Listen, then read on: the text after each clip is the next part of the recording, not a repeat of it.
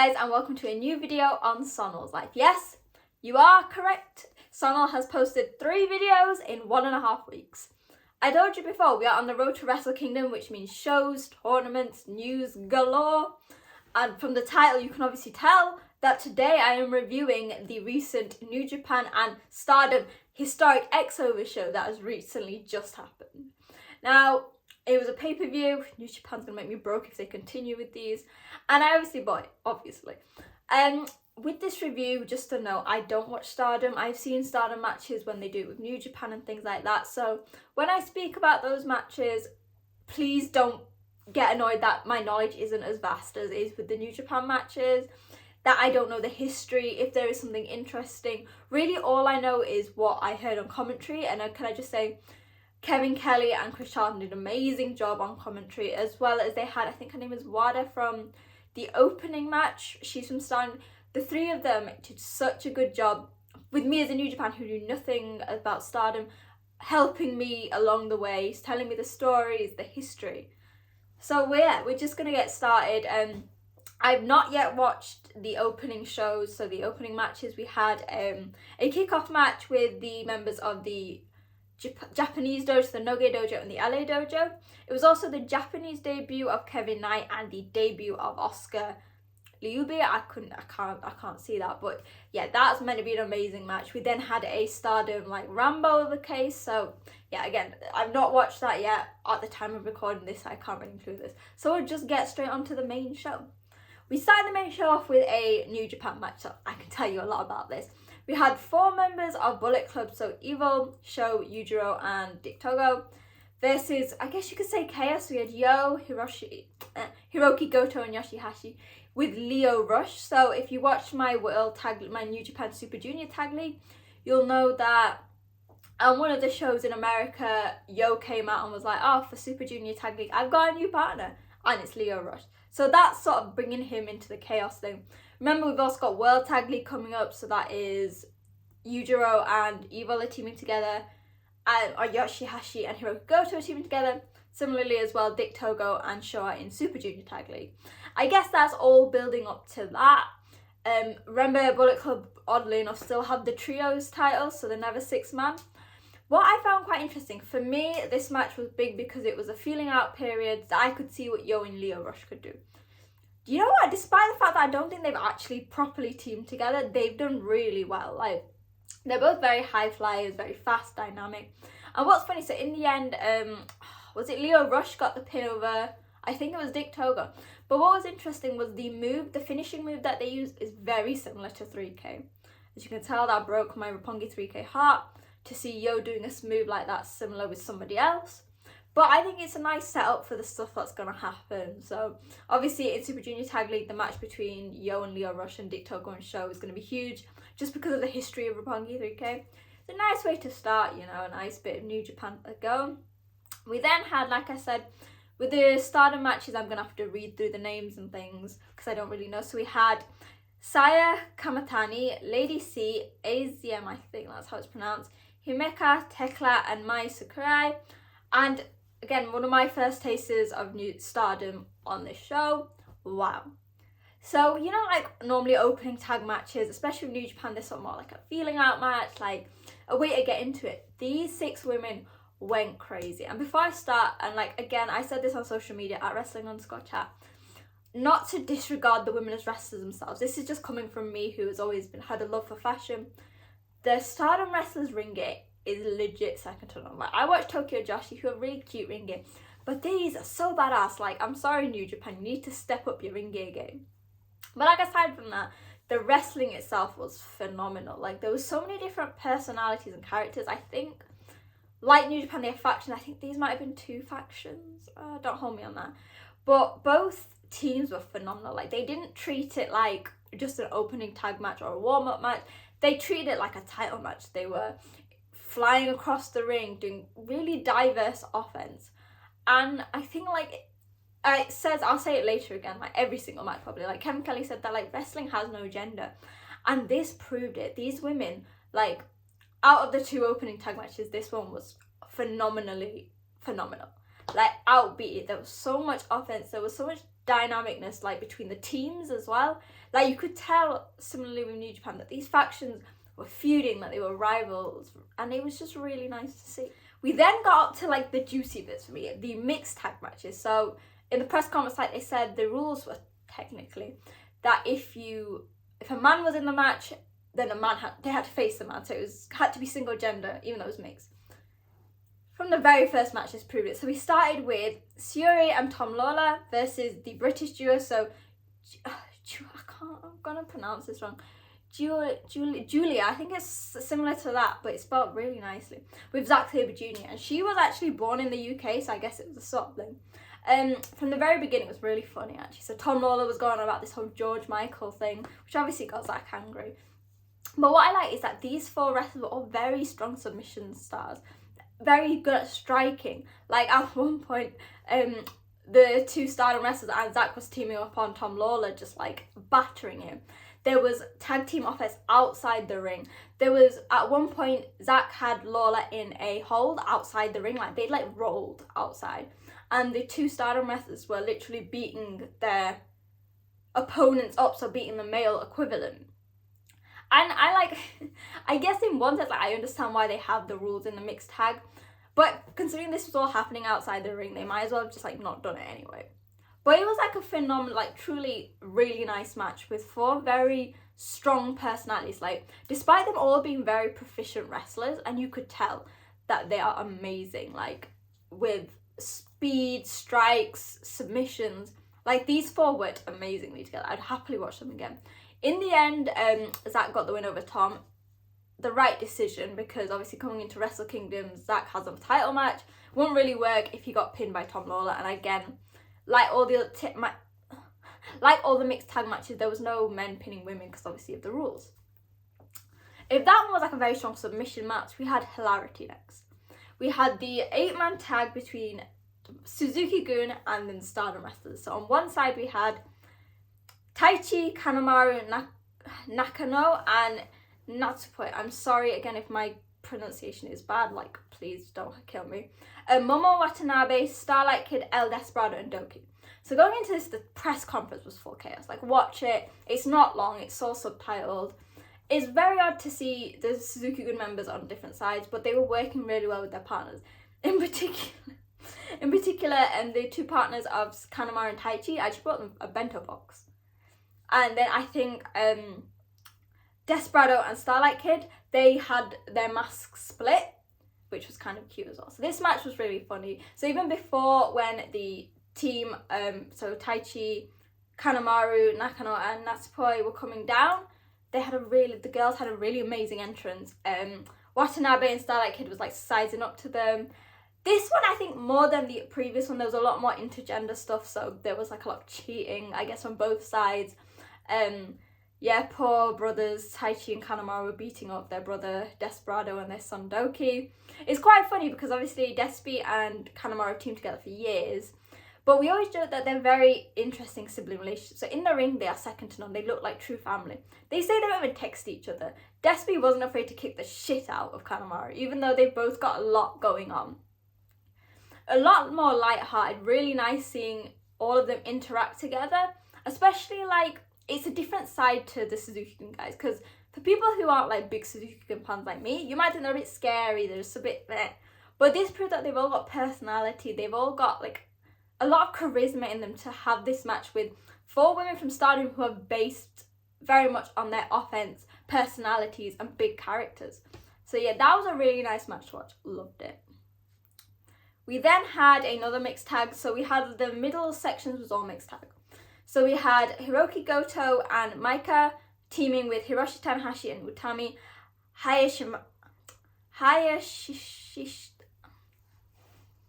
I'm really tired today. Like, we'll say it against Utami, okay? Can we stick with that? Because I feel like, even though I've been learning Japanese, I don't want to offend anyone with my pronunciation. We had, this was a phenomenal match. They are 4 amazing wrestlers, and their dynamic, again, between all of them together was great. Not only were they fighting the team, like their opposition from their company, but the Stardom wrestlers were going against the New Japan were going against the Stardom.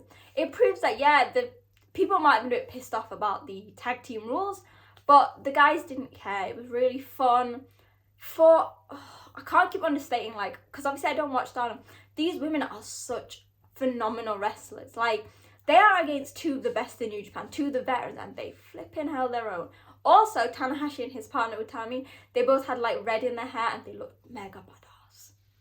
Again, if I'm going through these very quickly, it is because, one, I'm not very familiar with the Stardom part of it, so I don't want to say wrong things. I just want to comment on the match itself as I've seen it. So like I said, there was really good offense between all the wrestlers. It was a very strong mix of speed, submission, strength. And I feel like my 2 pence is that I'm a New Japan fan and I've fallen in love with Stardom through this show. Yeah?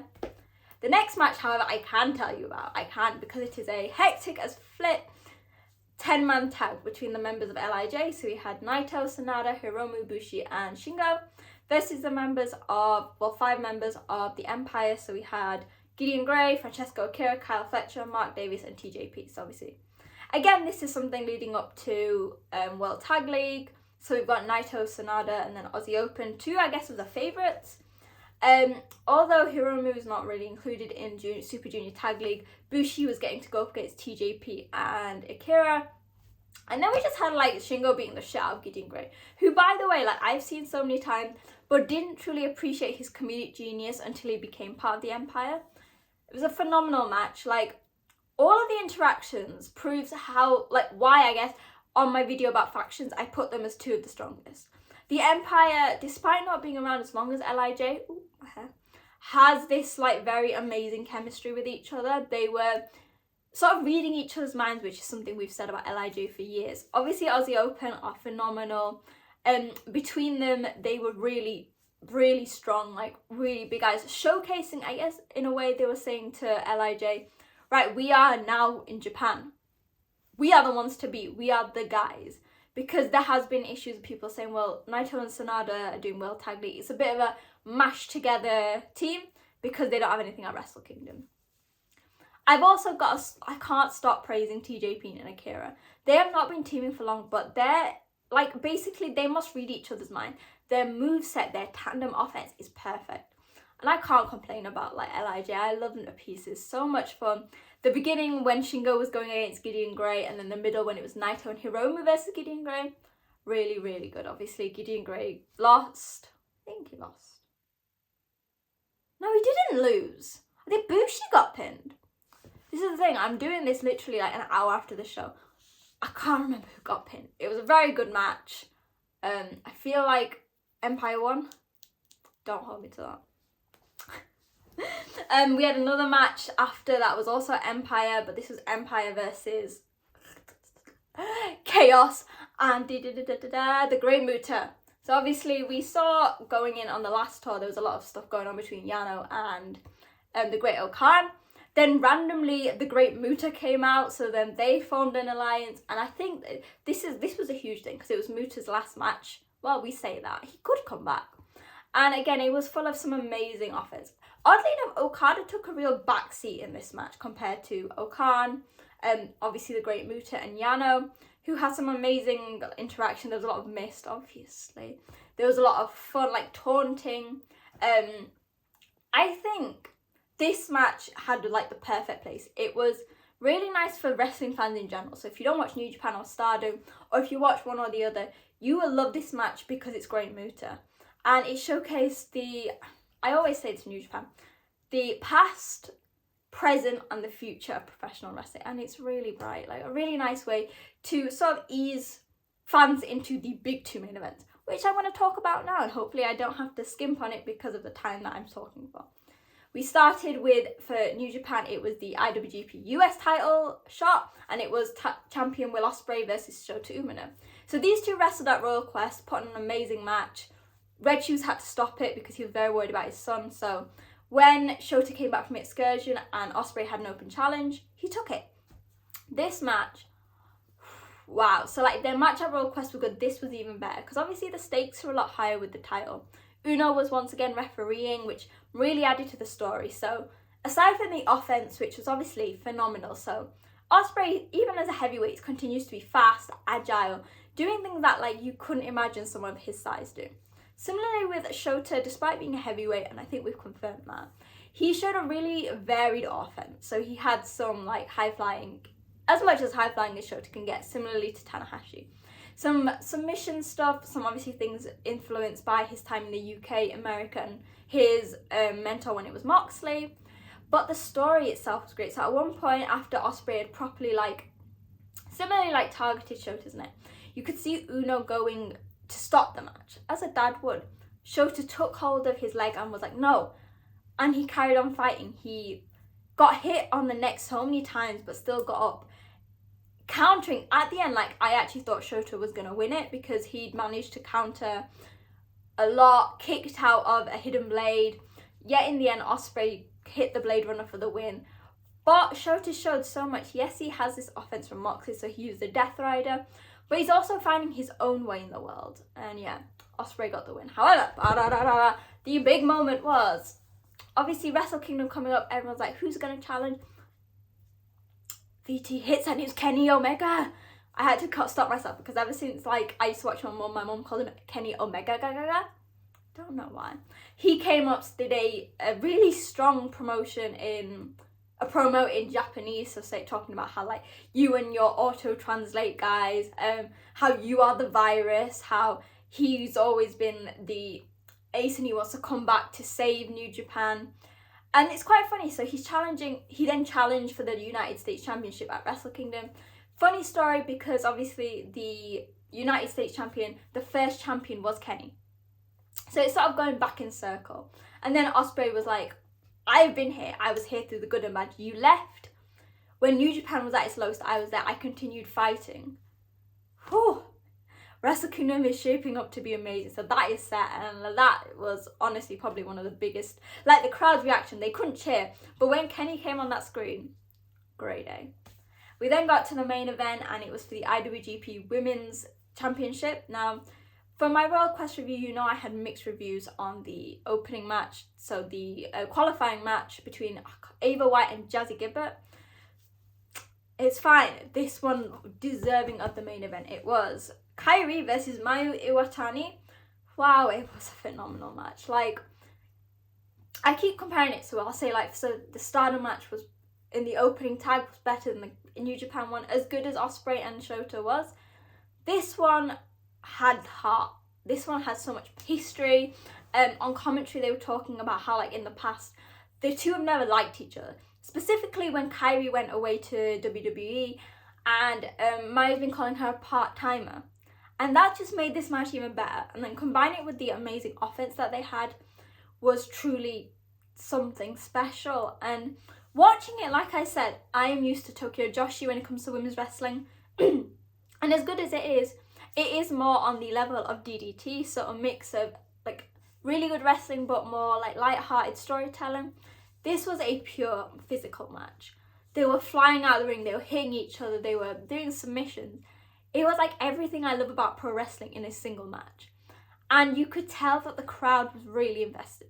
Whether they were a Stardom fan, whether they were a New Japan fan, this was what we've been building up for. New Japan has created this title. These are two of the, and Kevin Kelly compared them to the three horsemen of New Japan. These two women were part of the reason that Stardom managed to continue when it was at its darkest time. And the fact that they are main eventing a show with New Japan is something that wouldn't have happened without them. And they truly shined. And Kairi got the win in the end, I guess. Mixed views. I've sort of wanted Mayu to win. I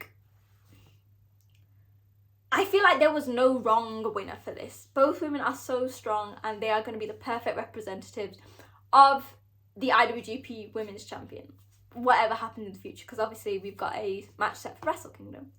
Wow. Whew, we are finished now. I know, again, that is a quick look at all the matches. Again, I'm sorry my knowledge on Stardom isn't as good. I'm very, very sorry. But hopefully you enjoyed my two-piece and sort of, as an outsider, what I thought of Stardom. But let me know what you thought if you watched it. If you watched it, let me know what your favourite matches were, what stood out for you. And if you didn't, what did you think of from what I said? What matches would you wanted to watch? Because honestly, there was so much diversity. So obviously you had the mixed tag, the opening tag, just single companies, and then the title matches. We had the Great Muta. It was full of so much fun. And I know this video's gone on for long, so I'm going to end it here. Let me know your thoughts, so let me know in the comments. Talk to me on social media at wrestling_chat. And remember, like, share, and hit subscribe. You've got 3 videos in a week and a half. Like, I've told you, on the road to Wrestle Kingdom, things are getting intense. I'm going to be back with as much content as possible. So, make sure to subscribe and tell your friends, and I will see you guys soon. Bye!